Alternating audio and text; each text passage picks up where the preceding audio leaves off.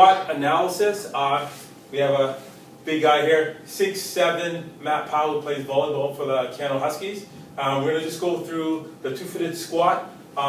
So Matt, I'm going to have you go through the kinetic chain checkpoints, all right? So we're going to go through your foot, ankle, knee, your LPHC, and then your shoulders. So I'm going to start with your hands straight up.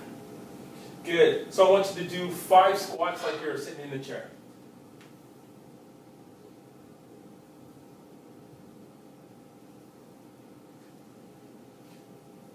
Good. And turn lateral.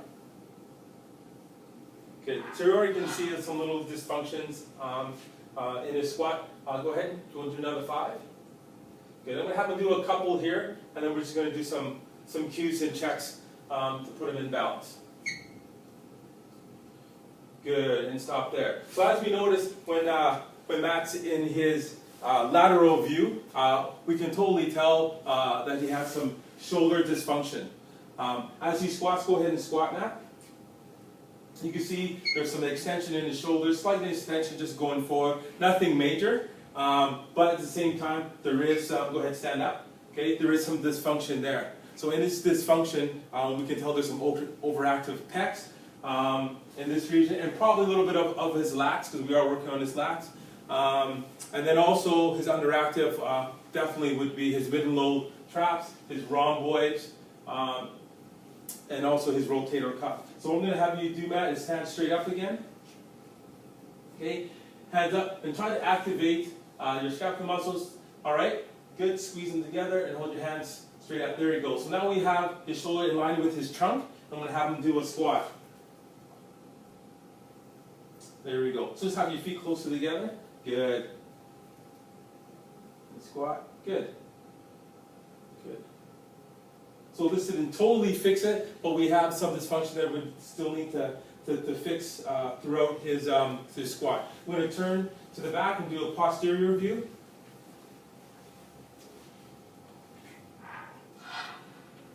Good.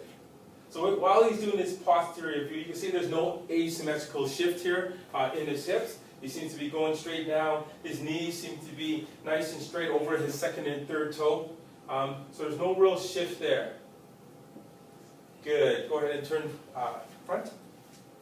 Good. So that's the front squat assessment. Again, with Matt, no real huge concerns other than his lack of mobility in his shoulders. His feet were nice and straight.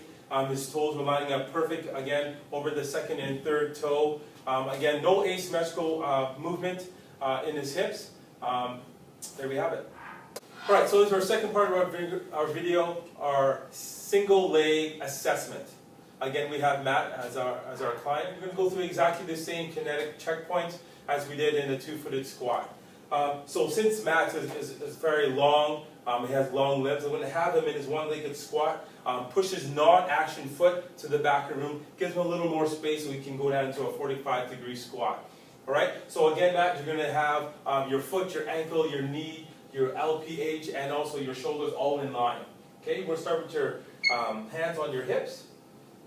Good. You can use your left leg. All right, go ahead and squat.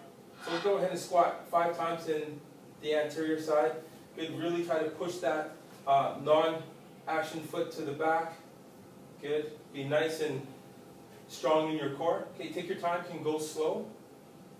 That's it. Make sure your chest stays up nice and tall. Good. And we'll just do one more. Perfect. Good. So go ahead and turn that way. So we'll do a lateral view. So in this lateral view, you can see Matt going through his squats. He's pretty good in his hips. A little off balance a little bit in regard to the depth that he has. Go ahead and pull that foot back. There you go. Good.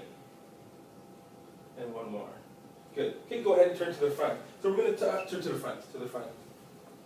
So in this position, we're really going to try to break down his foot. You can tell there's a little eversion going on in his squat, and also his left knee also adducts as well.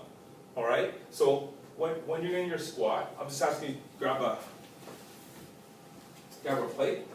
And so what we're going to do is add this plate, and hopefully this will fix his eversion here. So go ahead and do a squat. Good. Try to stay firm in the foot. Good. That's it. Good. And one more. Good. So that kind of helped Matt out. I'm just going to grab the plate and turn posterior. Kind of helped him out in his eversion. Okay. With his eversion, he has actually peroneal and soleus in his lateral gastroc is actually taking over in that region. When we look at his underactive, his medial gastroc, his posterior anterior tibia would be the ones we need to work on and strengthen. When his knees adducting, go ahead and do a normal squat again here. Just turn to the anterior side. Anterior. So when he goes ahead and does his squat on his left leg, okay, you can tell that his knee kind of goes in as he everts. So that's, again, his weakness or overactiveness in his TFL and also his adductor complex. Go ahead and turn the posterior. Good, and go ahead and squat.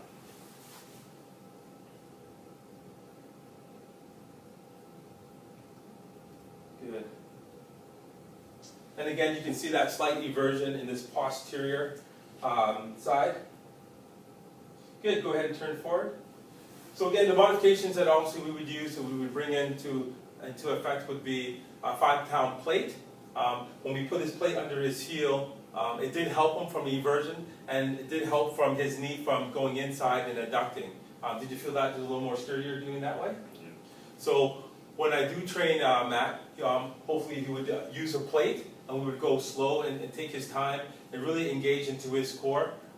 Again, when he was in his posterior side, there was no LPH drop at all, or no compensation to the side, so I think that's really good. The other things that we need to really work on, again, is obviously his balance in his foot, and making sure that his soleus and his supportive muscles are also really strong. Lastly, I just want to add, there was just a little bit of transitional shift in his squat in the anterior side. And that's just his underactive glutes. And again, when we look for a strengthening mat, we will look at that.